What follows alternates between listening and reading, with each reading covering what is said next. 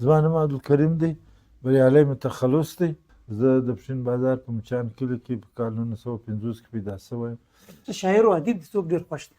مغولو دا غوښت چې بایزید بدنامه کې مسلمانانو کې دا ښکاره کړي چې دا د پیغمبرۍ دعوه کړې ده. یوه غاړه ده، یوه ټپه ده، یو دا زموږ بانډاري دغه دی چې هلته دوی دغه ورته وایي دوی چاربیت ورته وایي، دوی چاربیت ورته وایي که نه، زموږ دلته بانډاري دغه دی. دا درې دومره زورور اصناف دي چې په انګریزي کې نشته. پښتون قام د شعور دپاره موږ له څه کول پکار دي؟ شاعر، ادیب، استاد، سوشل ملا ته ترغیب ورکول پکار دي. او دا سیاسي کو پارټیانې چې دي هغه د پاکستان د آیین پارټیان دي، دا د پالتو پارټیان دي. خوا مه بدوه، دا شعور نشي ورکولی. دا یې څو عمر استعمال کړي بیا هغه بل کار، چې بیا کار مطلب راشي بیا بل کار. پښتون قام کې که شعور راغلی دی دا ټیم صرف سوشل میډیا راوستلی دی. ترک دا ټیم خپل تاریخ د ارطغرل په شکل کې، د عثمان د اورهان په شکل کې، په ډرامو په شکل کې راژوندی کوي. د جدید زمانې تقاضا خو دغه ده چې موږ د خپل تاریخ 15,000 کاله تاریخ راژوندی کړو. څه کول پکار دي؟ ستا زوی په دا کې پی ایچ ډي کوي چې تصویران څونه زور لري، څونه پاور لري. په ای آی کې به پی ایچ ډي کوي. موږ دوی ته تورلنګیان وایو، موږ هم دوی ته وایو منګلي په جوړ و، دا شیان په جوړ. بیا موږ بل شی شته نه دی، خالي تورلنګي ورته بل شی نه و. لاس مو د ځان سره په جنګ، د خولې اختیار مو نسته. چا د پښتو په نوم پښتون، چا پښتونخوا وخوړه. بسم الله الرحمن الرحیم. نن موږ ناست یو په ګورنمنټ ډګري کالج پښین کې. نن په ګورنمنټ ډګري کالج پښین کې باقاعده یو پروګرام لرو، په هغه کې په طور خاص یو میلمه راغوښتي ولو، محقق، ناقد، ادیب، شاعر عبدالکریم بریالی صاحب ولو.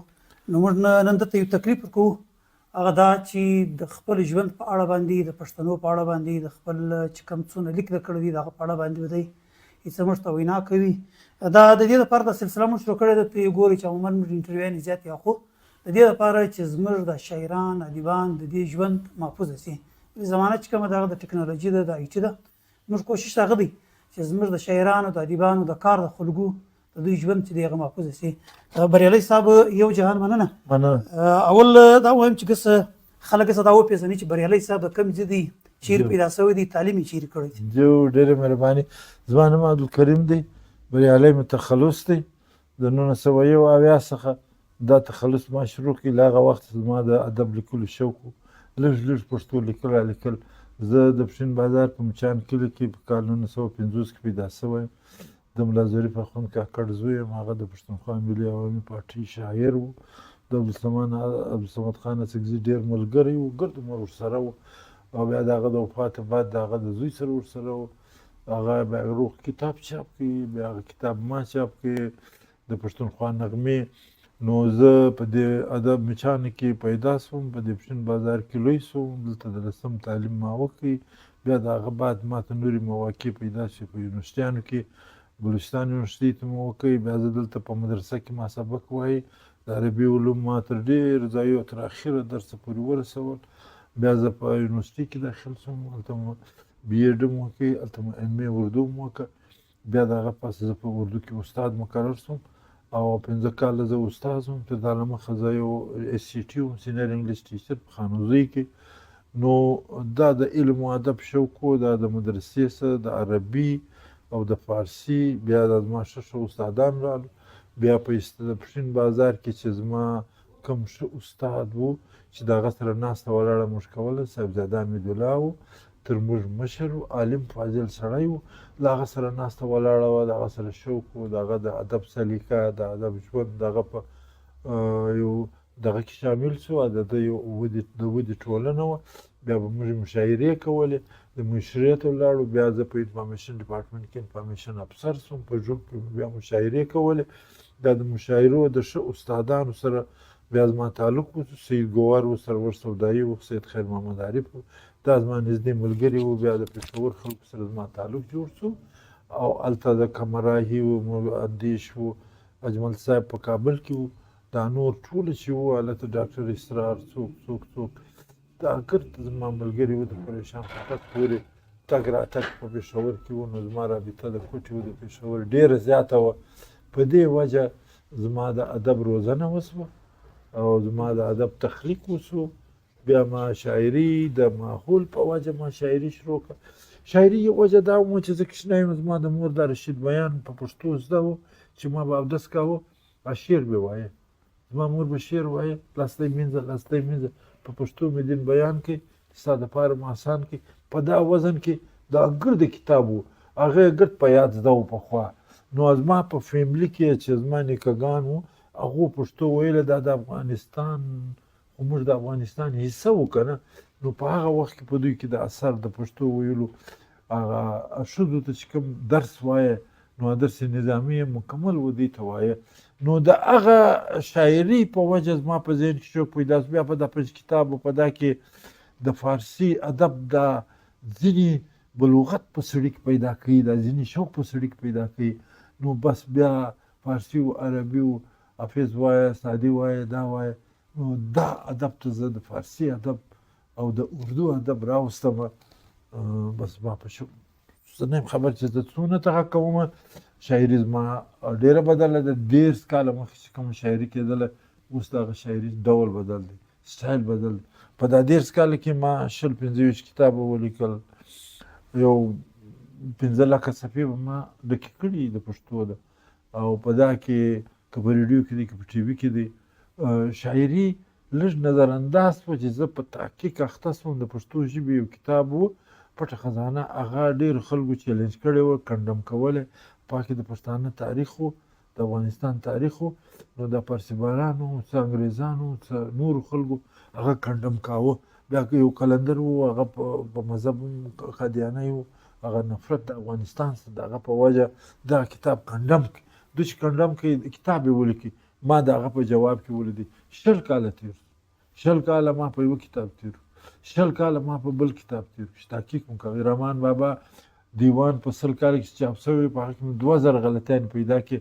اوس یې هغه کال ته زه چاپوم، صفا کوم یې ګورد ته ډېر کتابونه پیدا. په دې وجه انګریزي وایه اردو وایه. په سیرت کې ما په انګریزي کتاب ولیکي 8 کاله لګیا وم. دا پښې مې دغه شوې، دا ګوډې مې اچولې دي پښې. هغه کتاب چاپ شو په انګریزي او زه مطمئن یم د رسول علیه السلام په زندګي چې یو انګریز اعتراض کوي 1500 کاله کې دا ټوله د چا ورته متوجه نه و. ډاکټر اکبر اسامت په امریکا کې دی، د ابن خلدون شعر ناست دی، هغه ډېر ما ته ډاډ راکړي. بیا هلته چاپول غوښتي خو کتاب غټ و، بیا مدلې چاپ کړي. نو دغه شی اوس په دا اوس عمر کې چې زه سپین ږیری یم، ما د قرآن تفسیر په ساینسي اعتبار شروع کړ. دا ترجمه د قرآن دونه غلطه سوې وه، دا پېښور پښتو چې ده هغه زموږ پښتو را دغه کړې ده. هغه ځینې توري نه په پوهېږي. سینتم ولا نوم لا تأخذه سنة ولا نوم. دا اوس یو ترجمه چې ته کوې چې خدای پاک چې دی هغه له نه خوب ورځي نه اشمه ورځي. اشمه سړی چې دی دغسې که نه، نو هغه ته دوی پرکالی وایي. نو پرکالی د پښین والا څه به پوهېږي. دارنګه هغه ټوله د قرآن ډېره ګرانه ترجمه ده، دونه ګرانه ترجمه ده چې بیخي په مشکل به سړی د هغه په الفاظو کې راولي. نو په دې وجه زه اخته سوم په دغه شاعري، لږ راسه نظر اندازه سو په دې تحقیق وجه. بریالي صاحب استادان څوک پاتې شوي؟ استادان په پښین کې د ډیلي څخه فارغ وو. مولوي عبدالودود اخندزاده و، محمد حسن اخندزاده و، محمد غوث اخندزاده و، او مولوي فضل کریم و، او دا ګرده د ډیلي فارغ و، دا د عربي استادان. مولوي غرشنان مولوي 2 میاشتې ما استاد پاتې شوی دی. دا نمونه چې زه یونیورسټۍ ته لاړم تر ټولو زیات لوی استاد د اردو چې و د دم استاد و هغه پروفیسر مجتبی حسین و. هغه ډېر ښه په مینه سبق راته وایه. دا د اردو ادبیات ډېر پراخ و. یو په هغه کې دغه و هغه بل شمیم احمد و. هغه د سلیم احمد ورور ډېر عالم فاضل سړی و، لږ سختګیره و، قلم یې ډېر سخت چې په هر چا به قلم راواخیستی هغه یې چمړی ور اړول. دونه سخت استاد و. هغه به راته ویله. یو چې و اصال انصاري و، اصال انصاري تر اوسه ژوندی دی. هغه زما ډېر ښه استاد و. زما بچیانو سره تعلق دی، کور ته ځي راځي، ښه سړی دی، په کراچي کې دی. دا زما استادان و. ده به بیا هلته کور ته ماخستن سبق راته وایي. ډاکټر حسن فاروقي دلې په کوټه کې و، هغه به یې هم راوستی، هغه به یو لیکچر راکړي، خبرې به یې راته وکړي نوي نوي. پروفیسر خلیل صدیقي و او پروفیسر سید احمد رفیق و.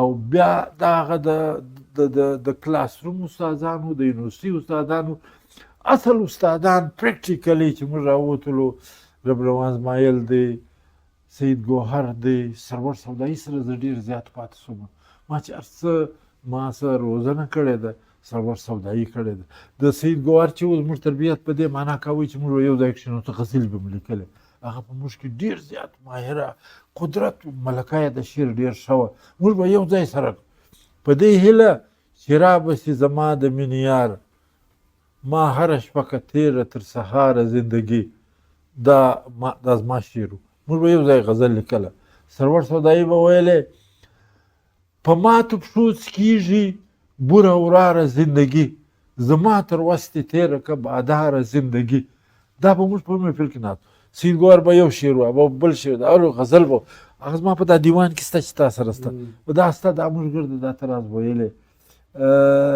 د دغه دوستانو څخه ما زده کړه وکړه بیا نو زده کړه د ادبیاتو زده کړه دا ده چې موږ اردو خو زموږ خپله ژبه نه وه بیا به موږ تلفظ هم سماوه لهجه به مو هم سموله مونث مذکر د پښتنو ډېر کمزوري هغه به مو هم سمولی په دې وجه په هغه باندې وخت لګېږي که نه په ماحول کې ته پاتې سې لږ پختګي او بلوغت ته رسېږي نو 11 کاله خامخا غواړي شاعر او ادیب څوک ډېر خوښ دی زما شاعر او ادیب تقریبا هر شاعر او ادیب زما خوښ دی ولې د ده په کلام کې ښه خبرې وي په هر یو په هغې کې ښه خبرې وي داسې نه دی په شاعرانو کې دا دغه نسته ګرد سره په یو دغه په دې زمانه کې چې ښه شاعر دی هغه چې د زما ډېر خوښ و هغه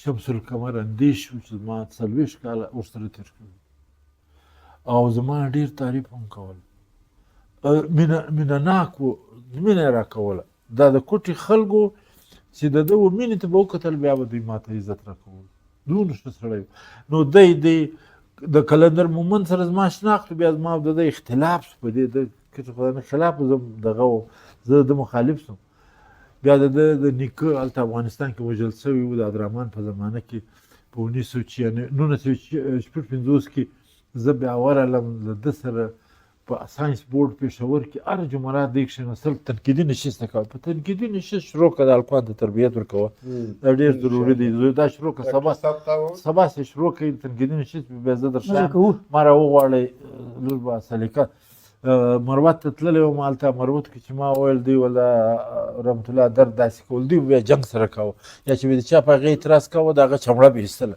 ما به هغه بچاوه یا داسې نه نو په دې وجه اندیش دی حمزه صاحب دی قلندر دی سید ګوهر دی سرور سودایي دی دا نږدې شاعران پېښور کې محمد صدیق سپرلی دی ملا له ما سره 10 کاله پوسې عطایي ملا دی او دا ټوله نن سبا په افغانستان کې پیر محمد کاروان ډېره زبردست شاعري کوي نادره شاعري کوي داسې زه څه درته ووایم داسې دلته دا سره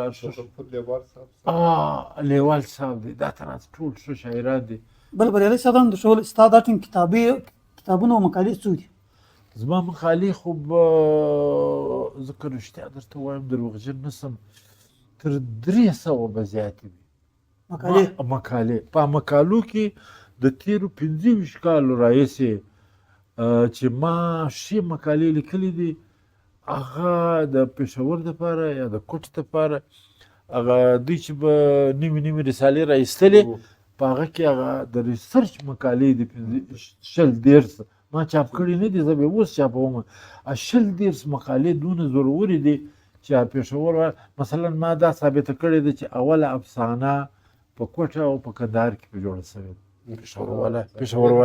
پېښور والا دا چیرې مني دا ما 15 کاله مخکې کړې ده مضمون چاپ دی په نټ باندې موجود دی هغه افسانه ګرج جان وایي څوک اختلاف نشي ورسره کولی هغه دونه زما او ستا په لهجه کې لیکل شوي دي چې د افسانې تمام تر خویونو دغه اوصاف هغه کې پکښې دي بیا د پټې خزانې په باره کې تحقیق دی بیا دا اعتراض د بایزید انصاري په باره کې ما کتاب ولیکئ تقریبا 400 کاله مخکې دا خبره چا نه ده پوینټ آوټ کړې دا خبره چا نه ده پوینټ آوټ کړې چې دا څنګه په دوی کې دا اختلاف رالی، نه بیبي صاحب کړی دی نه بل محقق کړی دی. دا واصل روښاني یو شاعر و، هغه ته محسن کاشمیري بیا یو بل کتاب د مذهبي کتابونه لیکل، عیسائی مذهب، د یهودي، مسلمان، سني، شیعه، پلانی د هندوستان ګڼ مذهبونه د هغوی هغه ته د بستاني مذاهب وایي. هغه په 1058 کې شروع شوی د هجري، او دا 1058 چې دی هغه 1652 معلومیږي، 1652 کې دا کتاب یې لیکلی دی. نو دی هغه د بایزید روښان مرید ته رالی، کتاب د ده یو کتاب دی حالنامه د بایزید، هغه دغه سړي په بغل کې ده، د واصل روښاني. دا خو آزاد خیال سړی دی. محسن کاشمیري ته وایي یاره دا ستا وپیر ته خو له اسمانه څه دغه کېدی، نزول کېدی، دا ته خبرې چې ته کوې ستا پیر ته له اسمانه نزول کېدی. هغه وایي و دغسې وه، نو یې څه وکړل؟ نو چې دغسې وه خو دا کتاب پر دا کونج یې ولیکه که نه، پر دا کونج یې ولیکه دا کتاب. هغه دستي قلم را واخیستی پر کتاب. هغه بایزید انصاري مرید، هغه آزاد خیال شاعر چې و د مغولو ساتي و، هغه دی میس ګایډ کې چې زما چې د اسمانه پیغام راځي نو تا خو د پیغمبرۍ دعوه کړې ده. بایزید خو د پیغمبرۍ دعوه نه وکړې، خو موحد سړی و که نه. اچه پر ولې کله مغولو دا غوښت چې بایزید بدنامه کړي، مسلمانانو کې دا ښکاره کړي چې دا د پیغمبرۍ دعوه کړې ده. بربریاري صاحب پښتو ژبې ته راځو. جار پښتو ژبه کې تر ټولو غټ خوبي ته څه محسوسه؟ په پښتو ژبه کې تر ټولو لویه خوبي دا ده چې دا 3-4 اصناف چې دی، یوه غاړه ده، یوه ټپه ده، یو دا زموږ بانډاري دغه دی چې هلته دی دغه ورته وایي، دی چاربیت ورته وایي، دی چاربیت ورته وایي که نه، زموږ دلته بانډاري دغه دی. دا 3 دومره زورور اصناف دی چې په انګریزي کې نشته. یوه غاړه ده، غاړه د ټپه ده، بل نیمکۍ ده، 3-4 نور دي. دا چې دا بانډار دا چې دا دغه یې که نه، ما چې تا ته دغه ویل چې ناست یې هغه غزل جوړه کړي، ناست یې، ما چې هغه د تور کاکا مثال درته درکوي که نه، دا ته راز دا 3 اکسټمپور معنا فی البدیع. دا دونه لوی شاعري ده چې دا پکښې دي. اوس یورپ والا پر غوړي، ما تا ته د یوې غاړې مثال درکوي، ما تا ته چې غاړه وویل.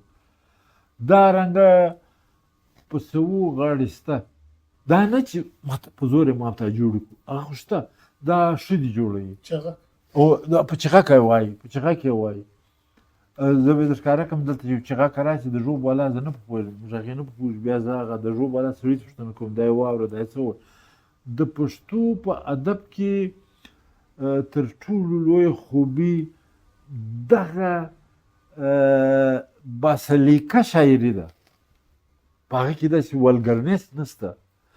هر سړی شاعر جوړېدی شي، ته هم جوړېدی شي، دی هم جوړېدی شي. هر سړی چې دا ووایي ښځه ونر دا شاعر، دا لوی خوبي ده د پښتو شاعري. بل بریالي صاحب دغې خوبي سولګسه پښتو ژبه د نور ژبو څخه څونه مختلفه ده؟ دا مختلفه خو نه ده، په دې نه ده چې په دې کې د فارسي اثر دی، دا د انډو ایرانین ژبو له نسله څخه ده، او خلک نوي تعبیرات کوي. دا پښتو بلوچي چې ده، چې د انډو ایرانین 2 ګروپو، یو د مشرق په خوا ولاړی بلوچي جوړه سوه، یو د مغرب په خوا ولاړی هغه پښتو جوړه سوه. د دوی یو بل سره رشته یوه ده. او تا چې کوم پوښتنه وکړه چې د دې زړوالی هم پخوانی شته تر ډېره، دا اوس موجوده ادب چې دی هغه تر اولې صدۍ هجري پورې رسولی دی د پښتو ده. او لږ دغه پکې راځي په مابین کې، کیدای شي چې هغه یو ته راځي بل ته راځي، دونه ساده نه وي. لوی خدای ستا په مینه په هر ځایه، غر ولاړ دی درناوي کې، ټوله ژوي په زاري کې، دلته دې د غرو لمنې، زموږ کردۍ دې پکې پلنې، دا وګړی ډېر کې خدایه، لوی خدای دا تر از مناجات کې ویل کېده. اول د مذهب ژبه وه پښتو، مناجات کې ویل کېده. په دویم وار کې د بغداد پښتو عربي شاعري راله په ننوتله، را په کسته یې راوځي. ابو هاشم سرواني چې و که نه د هغه په ذریعه عربي شاعري د بغداد راله پکې ننوتله. بیا د هغه پس پراخه شوله چې ډېره شوله. موږ یې ګورو په کاکړستان کې هم عالمان شته، هغو هم شعرونه کړي دي. دونه پراخه سیمه د سړی دغه نشي پکې کولی. بریالي صاحب پښتو ژبې ته موږ څنګه پروغ ورکوی شو، څنګه پر مخ بیوی شو؟ دا خو ته په ډېره ښه طریقه دا پروګرام جاري کړی دی نه چې دوی ما تر ستوني ونیسي. پښتو، اردو، پښتو، بلوچي او پنجابي او سرایکي دا چې دی توجه غواړي. دا پاکستان حکومت ویریږي، بزدله دی چې دا ژبو ته پروموشن ورکړي. په افغانستان کې 98 ژبې دي، هغو ګرده نیشنل کړي دي. زموږ هغې دا نه نیشنل کوي لکه قیامت چې راځي. د بیوقوف زامن په اسلام آباد کې ناست ویریږي په ای ته خو دا وکړه، په اسمبلۍ کې وکړه دا اسمبلۍ. اوس د مسلم لیګ والا حکومت دی، هغه هم بې سلیقې خلک دي. که د پیپلز حکومت دی، هغه هم بې سلیقې دي، نه په پوهېږي. نه دا د انګریزي اثر نه دی؟ د انګریزي هېڅ اثر نه دی. پښتو انګریزي سره غوږه په غوږه زغلي، تورې اخې جوړوي. پښتو ته د نصاب ژبه نه ده، د بازار ژبه نه ده، د یونیورسټیو د اسکول ژبه نه ده. بریالي صاحب زه به خو نه ده دی ویریږي چې دا ملک راڅه جلا کوي. دی ویریږي بزدله دی. دا خبره نه ده. په بنګالي کې هر شی په بنګالي دی، په عربي کې هر شی په عربي دی، په هر ځای کې هر شی عربي دی. اردو د رابطې ژبه ده، دغه ځای دې راوستلې دي. موږ د پښتو خدای نه خواري یاره، نه د پاکستان نه جلا کېږي، نه څوک بغاوت کوي، نه شی کوي. ژبې ته پروموشن ورکړي. دا سندي د انګریزانو په وخت کې ریکګنایز شوې ده. په تحصیل کې هم شته، په تحصیل کې هم شته، په ریونیم کې هم شته. پښتو دا نشته، ځینې ویریږي. انګریزانو پښتو ته پروموشن نه ورکوه، پاکستان ته هغه په میراث کې پاتې شوه. بریالي صاحب که زه په اردو باندې ګیږم او یو چاته ګیږم، بیا دغه بعد کې یو بل چاته په پښتو ګیږم، ستاسو خیال دی د زما خبره به کوم یو ته ښه ورسېږي؟ په اردو باندې به ښه ورسېږي که په پښتو ښه ورسېږي؟ نه، چې پښتانه خلک ناست دي، چې پښتانه خلک یې هغه ته اردو ویل مناسب نه دی. وجه دا ده چې په پښتو ژبه ته ډېر ښه پوهېږي، په ښه طریقه پیغام رسوی. دی په اردو پوهېږي، په اردو پوهېږي. نو موږ بیا موږ پښتني ښځې راوړي یو، پښتني د تیڅه مو شودې رودلې دي. موږ خو په پښتو وینو، نو موږ پښتو ته ولې اهمیت نه ورکوو؟ پښتو ته اهمیت ورکول پکار دی. دا فطري شی دی. د انسان دغه چې په تمام تر ماهرین تعلیم دا وایي چې په مورنۍ ژبه به تعلیم ورکوي. نو په مورنۍ دلته دوی مني نه، په مورنۍ ژبې ورکوي نه. آیا دوی 3 قاعدې جوړ کړي دي د نخرو والا حکومتونو کې چې راشي هغه فالتو خلک دي، وزیران دي که پارټیانې دي، هغو هېڅ کار نه دی کړی. یوه د آیین ماده ده 251، په هغه کې دا لیکلي دي 251 پښې په یاد لره. 251 کې لیکلي دي چې د دې ملک قومي ژبه اردو ده. د دغه مادې دویم لاندې ماده چې ده په صوبو کې دننه د خپلې ژبې چې دی هغه د اسمبلۍ په خپل قانون پاس کړي او هغه ژبې د ترقي ولره ورکړي. دا دویمه ماده ده. دا تر اوسه نه ده سوې په دا 50 کاله. نه یوې صوبې نه یوې جده کړې ده، نه بل کړې ده، نه بل کړې ده، نه بل کړې ده. بل بریالي صاحب زه یو اخري سوال د پښتو ژبې متعلق کوم، بعد بل ځای ته ځو. پښتو ژبې ته ګزه په مستقبل کې خطر شته؟ هېڅ خطر نشته. ګوره د پښتو اکاډمۍ یو پروګرام شروع کړی دی چې په دا ګرده دنیا کې نشته. دغه پښتو اکاډمۍ په دا ګرده دنیا کې نشته. د لږ صبر وکړه، بیا به په پښتو پر ګوګل راځي، پر ګوګل چې ته ورته ګایېږې، دی یې په خپله کمپیوټر یې په خپله ټایپوي، ته په پښتو ګایېږه، دی یې په خپله ټایپوي بس. او دا ګرد جهان ته رسېږي او د هر چا رسایي هغه ته ده. یوه بل یو 12 کاله مخکې یو عزیزي نومېدی، هغه پښتو په ګوګل کې واچول. بیا مشکل و، مشکلات ډېر راتلو په هر ځای کې، په امریکا کې، په جرمني کې خلک دا کوشش کوي. اوس تر دې ځایه رسېدلی ده چې پښتو ډېر اډوانس ده. نه بریالي صاحب دا د ټیک نورو ژبو په مقابله کې ډېره سمه د نورو ژبې نه دي ورسېدلې، موږ هغه ته رسېدلي. نه زه د انګریزي زبان خبره کوم. په انګریزي زبان کې دا ټیم زور ځوانان دي که د کومې لارې چې موږ زده کوی سو پښتو ژبه په تعلیم کې نشته. زه اوس کومه طریقه اختیار کړم چې پښتو ژبه زده کړم؟ پښتو ډېره اسانه ده. دا د پاکستان حکومت که د پښتنو سره ونه ویریږي او دا د پښتو ژبې دغه ورته ورکړي چې تاسو وروره په میټریک کې هم وایه، په دغه کې هم وایه، په ګریجویشن کې هم وایه، په ایم ای کې هم وایه، نوکري دې هم درکوي، د هر شی دې کوي. دا د حکومت غلطه فیصله ده. موږ اعتراض ناپیزه کوای سو چې موږ په خپله کوشش کوو. ما یو توری د پښتو نه دی ویلی، د مور څه مو زده کړی چې د هغې پښتو زده وو. دا ته هر چا ته په اپارچونټي نه ده، لیکن دا دی چې موږ بیا دا کار وکړئ چې نورو خلکو ته موږ زده کړو. زما په کور کې کم از کم 25,000 د پښتو کتابونه پراته دي. 25,000 د نورو ژبو دي. نو زه دا وایم چې دا پښتو په خپله زده کېږي. زما یو لمسی د په سویډن کې سبق وایي، هلته پښتو ورته وایي، تر میټریکه پښتو ورته وایي چې دغه یې نه زده په موبایل ماته وایي دا تور وایي چې ته وایي دا او افغاني پښتو ورته وایي. نو هغه خلک اخلاص لري د پښتو سره. په استرالیا کې پښتو ورته وایي. زما په ملک کې وروره زه پیدا شوی یم د دې ملک کې شابه بله بریالي صاحب پښتون قام ته به راسو. پښتون قام غیرتي دی، بهادره دی، پلانا دی پلانا دی، کله یو ځای غولول کېږي کله بل ځای غولول کېږي. خیر که څه وجه څه ده د پښتون قام بهادره دی که نه دی؟ بهادر نشته. دا د بهادر یو شی نه دی، بېشعوري خو نه ده، یو شی نه دی، بېشعوري ده. دا دغه پاتې شوی دی، دا چې دی د کرایې سایکل پاتې شوی دی. دا د کرایې شی دی پښتون. دا نه بهادر دی نه شی دی چې چا استعمال کوي، دا غو دی. لیکن په دا کې دا د ده کلچر، دا د ده ژوند ژواک چې دی اوسي په هغه کې دونه قوت دی چې دی پښتون پیدا کړی دی او مضبوطه کړی دی. ګورې د 1732 کې د افغانستان باچایي قایمه وه. په 1732 کې د امریکې باچایي نه وه. هغه وایلډ خلک وو، وایلډ خلک. د افغانستان باچایي تر ټولو قدیم باچایي وه. استاد محترم 1732 کې د دوی باچایي قایمه وه جوړه. 15 کاله بعد احمدشاه راولاړ سو. هغه د میرویس نیکه هغه یې راواخیستې، خلک یې راوغوښتل، پر ځان یې جوړ کړل. هوښیار سړی و، پر ځان یې جوړ کړل. ګرد قبیلې وې، 8 قبیلې، درانیان نه سره راغونډېدل. د خپل هغې ای نور خدای لکه چې دلې دورې وو که نه. دا سراجون کو افغانستان یې جوړ کړي، ویې کړي، چلاوه یې. 25 کاله ځوان سړی و، ژر مړ سو. بدو 50 کاله کې مړ سو. که دی یو 25 کاله نور ژوندی وای هندوستان یې ونیوی سو. څه غلطي یې دا وکړله چې هلته هندوستان یې ونیوی، بیا ورغلی بېرته مغول ته په لاس ورکړي. ځینې راغلی احمدشاه بابا در ښایم.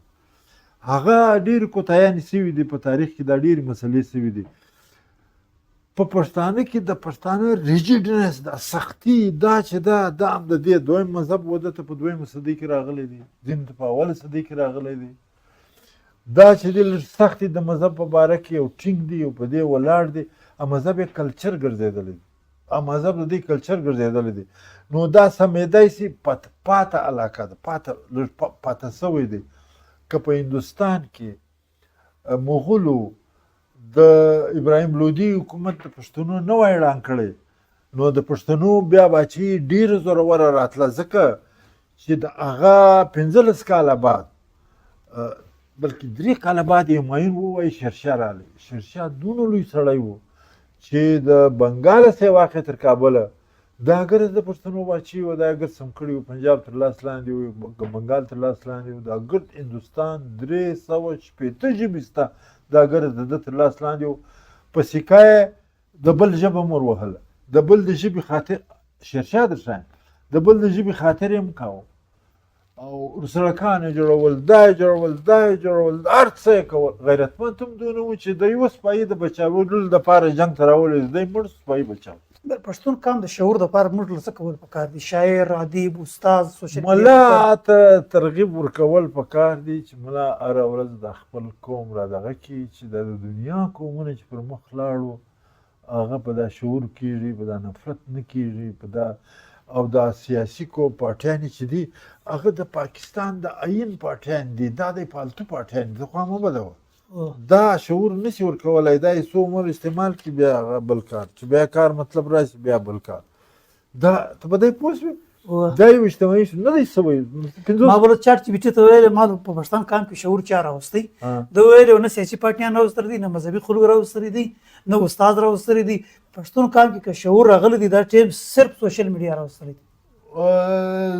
دا سوشل میډیا تاریخ بیخي لږ دی ګوره د 2010 خلک په دې خبر شوي دي زه په لندن کې په 88 کې ومه دا یو شی نه و موږ ته بوتللو په دا لایبرري کې کښېنولو ولکم کې کتاب نه مو واخه کتاب نوم یې واخیست یو غټ سکرین و د هغه ځای د لاس هلکي دغه وایرلیس په ذریعه د امریکې سره میلاو کړي د هغه لایبرري یې ښکاره کړه چې دا کتابونه دي دا کتابونه په 88 کې ما آی ټي اخیستی و ما سبجیکټ په مانچسټر کې آی ټي د آی ټي سبجیکټ ما وایي د کمپیوټر مې زده کاوه دا مې زده کاوه د هغه بعد بیا راغی په 90 کې په مشکل خلک په دې خبر سو چې یاره نټ یو شی دی نټ یو شی دی ورته که چار څوک وایسي 1992 کې باقاعده راغلی نټ ګرد خلک خبر سو بیا کرا شعور یې راوستلی دی ښکنځاوې هم راوستلی دي بد اخلاقي هم راوستلی ده بدپریزي هم راوستلی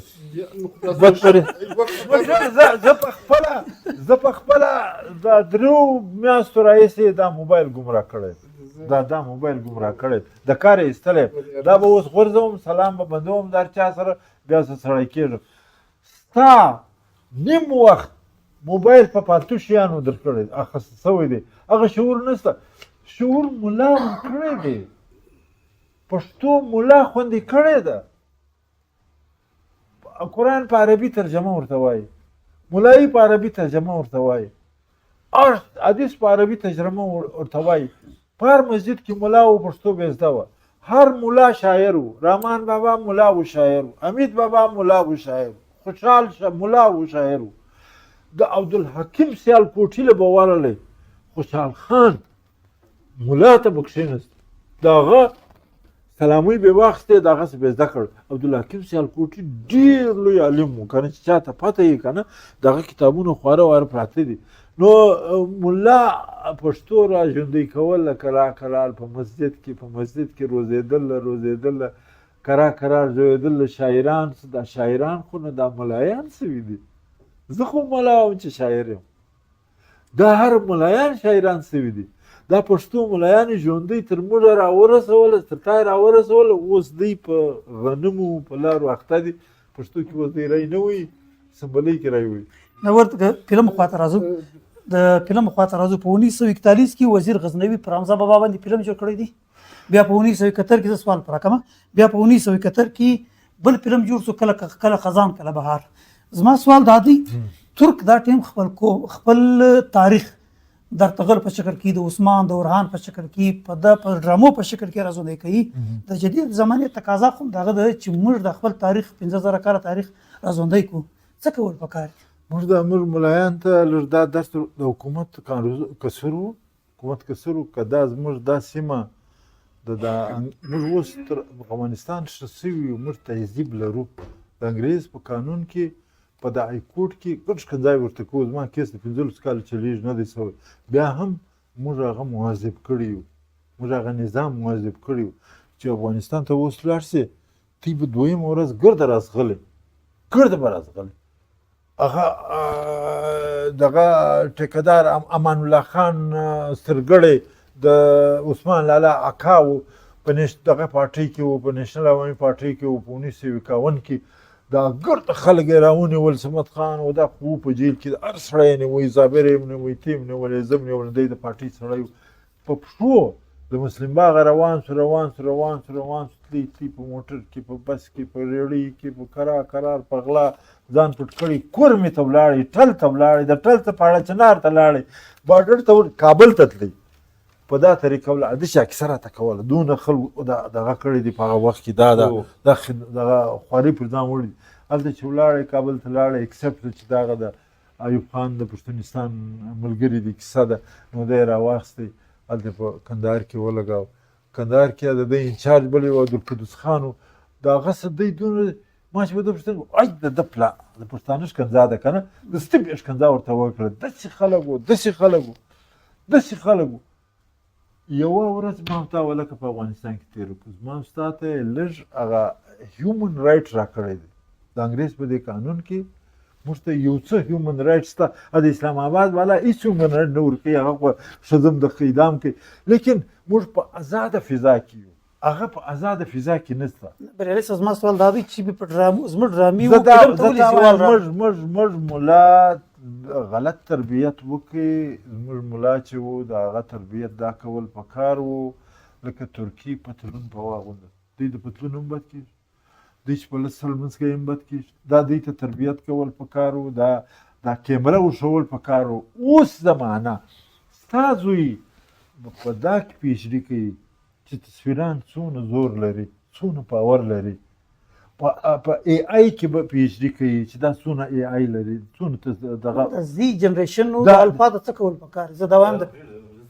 جی درځم دا جنریشن داسې دی که نه موږ د خپل طبقات چې د مذهبي طبقات دي هغه نظر انداز کوی نه سو زما انګریز استاد و پروفیسر ډینس هاسټن و کور ته به یې راوغوښتلو د اتوار په ورځ لاړو به هلته چې ورغلو د دوی دغه کې میکلسفیلډ ورته وایي نه سوري هیډسفیلډ ورته وایي په انګلند کې ډېر د مشهوره دغه خلکو شو خلکو ځای داسې غر و دونه غټ غر د غره ته به خلک وختو هوا ډېره چلېدله بیا به د اشیانه وخت په هوا به زړېدل اصل یا په هوا کښې ګرځي دوی خو به هغه لیدلي په ټي وي باندې په هوا کښې زړېدل دا غره ته زه داسې بوتم بیا داسې راته وویل ورته وګوره زما کلي ته وګوره دا د چرچ منارې به وې 3-4 وګوره دا ملایان څه دي دا ملایان ته موږ پیسې ورکوو دغه یې کوو خوندي کړي مې دي که دا موږ په پیسو نه وای خوندي کړي موږ به غر کړي وای دا خپل چرچ یې راښوی خپل عیسایي مذهب یې راښوی راهب یې ښوی هغه ټول هغه یې راښوی موږ ته هم دا په کار وای چې زموږ مطابقت ازوړ نصاب چې 500,000 کاله دی هغه اوټ ډیټډ دی د ابن سینا د اوټډیټډ نه دی هغه ساينس وایي ساينس وایي د سورت مائده یو رکوع ته درېدلې دي خدای پاک وایي دا میوه چې دی وژړي دا داسې کې بیز وشي په دا کې هر شی چې دپاره صحت دی جوړ دی هر څه چې کله دي دغه هم پکې رالو هغه الکوهل هم پکې رالو ابن سینا به د شپې پر 2 بجې شاګردان ته ویل الکول به ور جوړ کړي ګلاس واچوئ ده روا بلل ملایان یې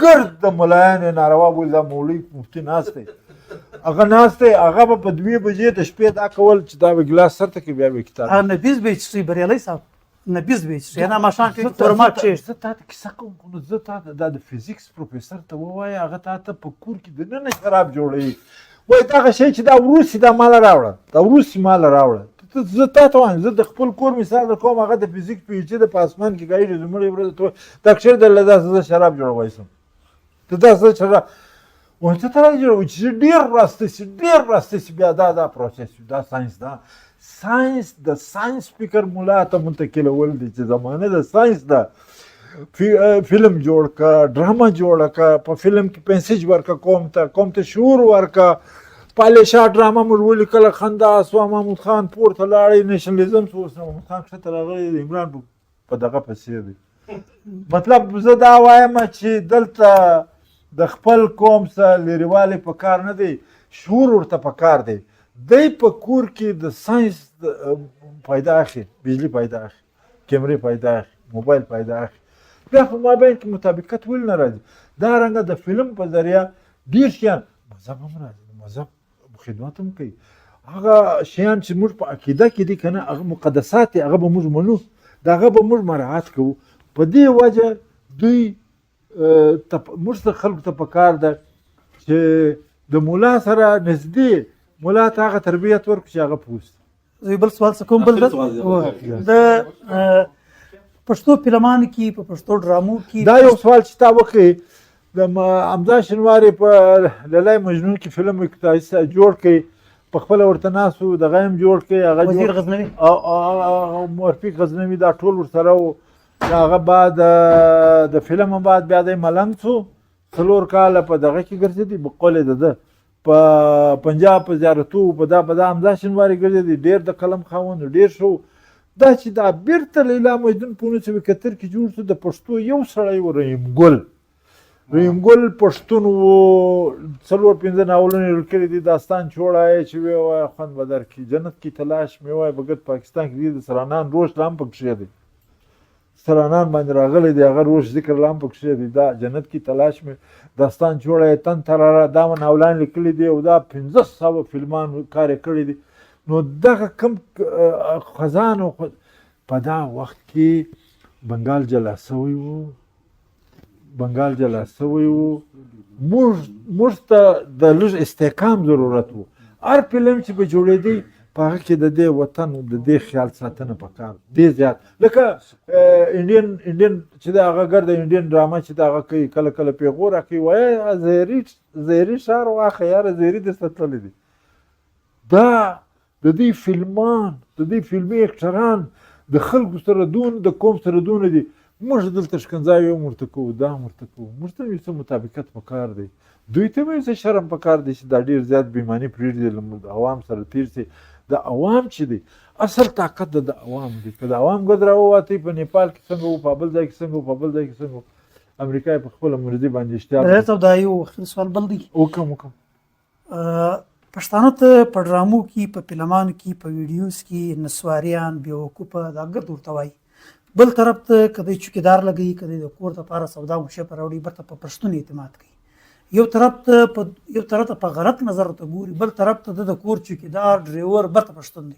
په اربن سوسایټي کې موږ چونکې ډېر زیاته حاکمه طبقه نه یو د دوی 10 لکه د 10 کروړه د یوې صوبې آبادي ده په دا 25 کروړو کې 15 کروړه پاتې شو هغه په دا نورو تقسیم که موږ 1 کروړ یو دوی 3.5-4 کروړه دي پښتونخوا در ښایم په دې وجه چې موږ ته پاور میلاو شي موږ ته اختیار میلاو شي بیا موږ خو دوی ته تورلنګیان وایو موږ خو دوی ته وایو منګلي په جوړ دا شیان په جوړ بیا موږ بل شی شته نه دی خالي تورلنګي ورته بل شی نه و لوی سینیر سړی هغه دا خبره کوي ولې کوي لنګ ته دغه ورکوي بل شی ورکوي کوم چې ډېر وي لوی وي محنت کوي هغه باندې هوي زموږ خلک چې دي هغه ته قدرت نه دی میلاو شوی بیا به دا شیان نه کوي دا کشني شیان دي چې یاره نسوار یې وکړو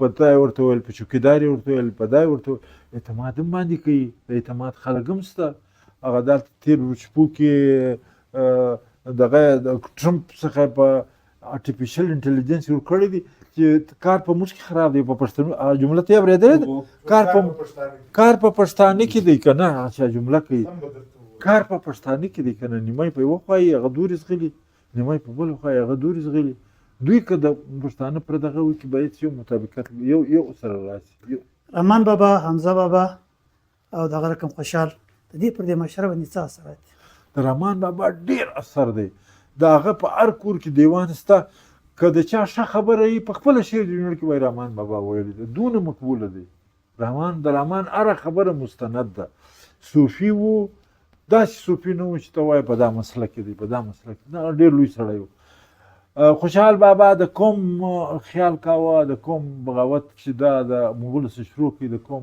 هغه شی په دې کې و قوم خټک و لوی قوم و د شاوخوا قومو سره نه لګېدله خامخا دا چې مونږ کېږي په هر قوم کې داسې ځایونه وي منګوش سره جنګ د پلار دلته د یوسفزیانو سره جنګ بدي دا دوه جنګونه چې ول د توبه وایستل چې دا خو یاره صحیح نه ده بیا په قوم لګیا و بېرته هغه یوسفزي ته ورغلل خواست ورته کوی هغه نه ورسره ملګري کېدل ملا میانور سره بحث کاوه ته په چشم پوهېږې د مرتدار کیسې به ورته کولې هغه یوسفزي په دې خوا بدول نو دا کیسه ده رحمان حمزه صاحب ښه شاعر دی دغه دی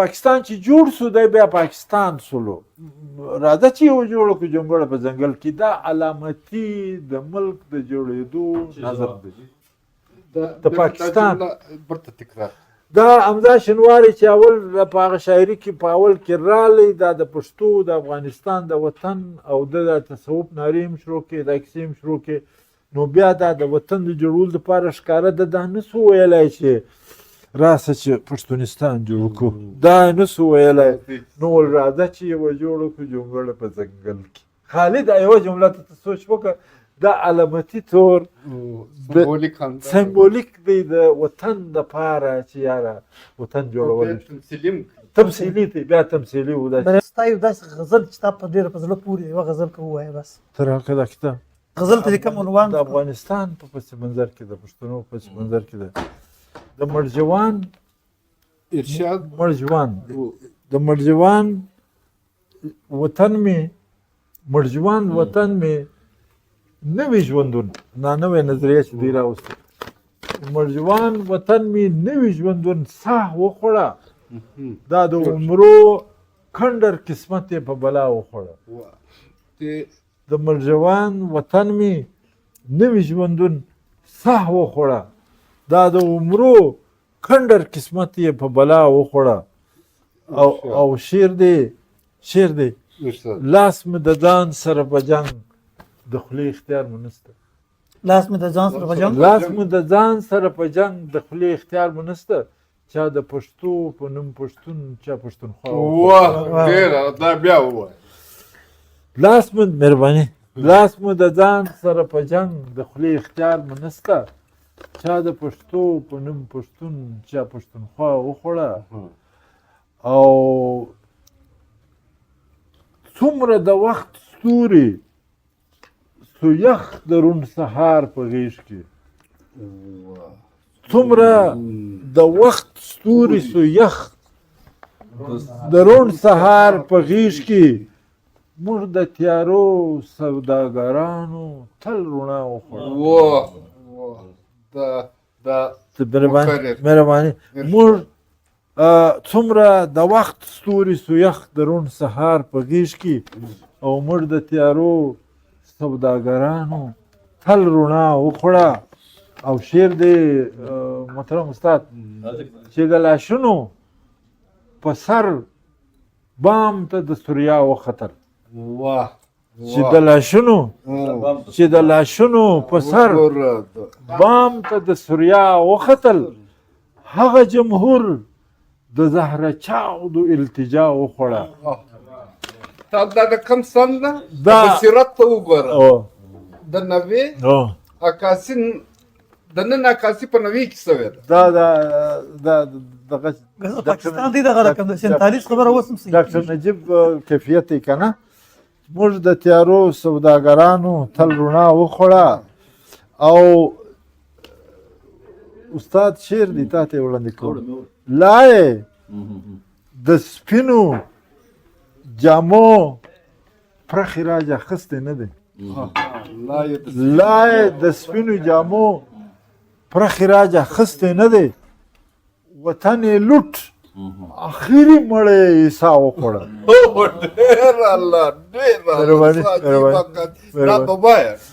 او لایې د سپینو جامو پرخې راج اخیستی نه دی وطن یې لوټ او اخري مړی یې عیسی وخوړه او شعر دی چې په ځان باندې یې خوله ډکه سوه چې په ځان باندې یې خوله ډکه سوه هوس یې ژوندی چې په ځان باندې یې خوله ډکه سوه هوس یې ژوندی ای د جنون بې سرنوشتو ژوند مو چا وخوړه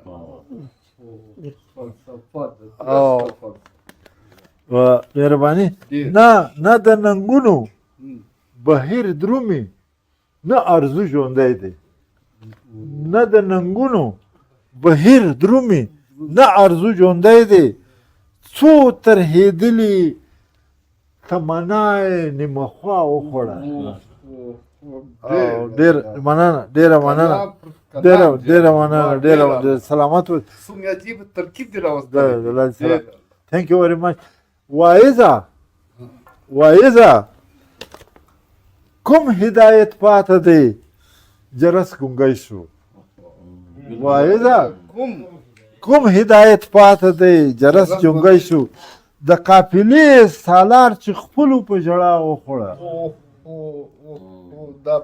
وایزه کوم هدایت پاته دی جرس ګونګی شو د قافلې سالار چې خپلو په ژړا وخوړه او تدبیر چې شعر دی استاد تدبیر چې پټ سو بریالی بدرکه نسکوره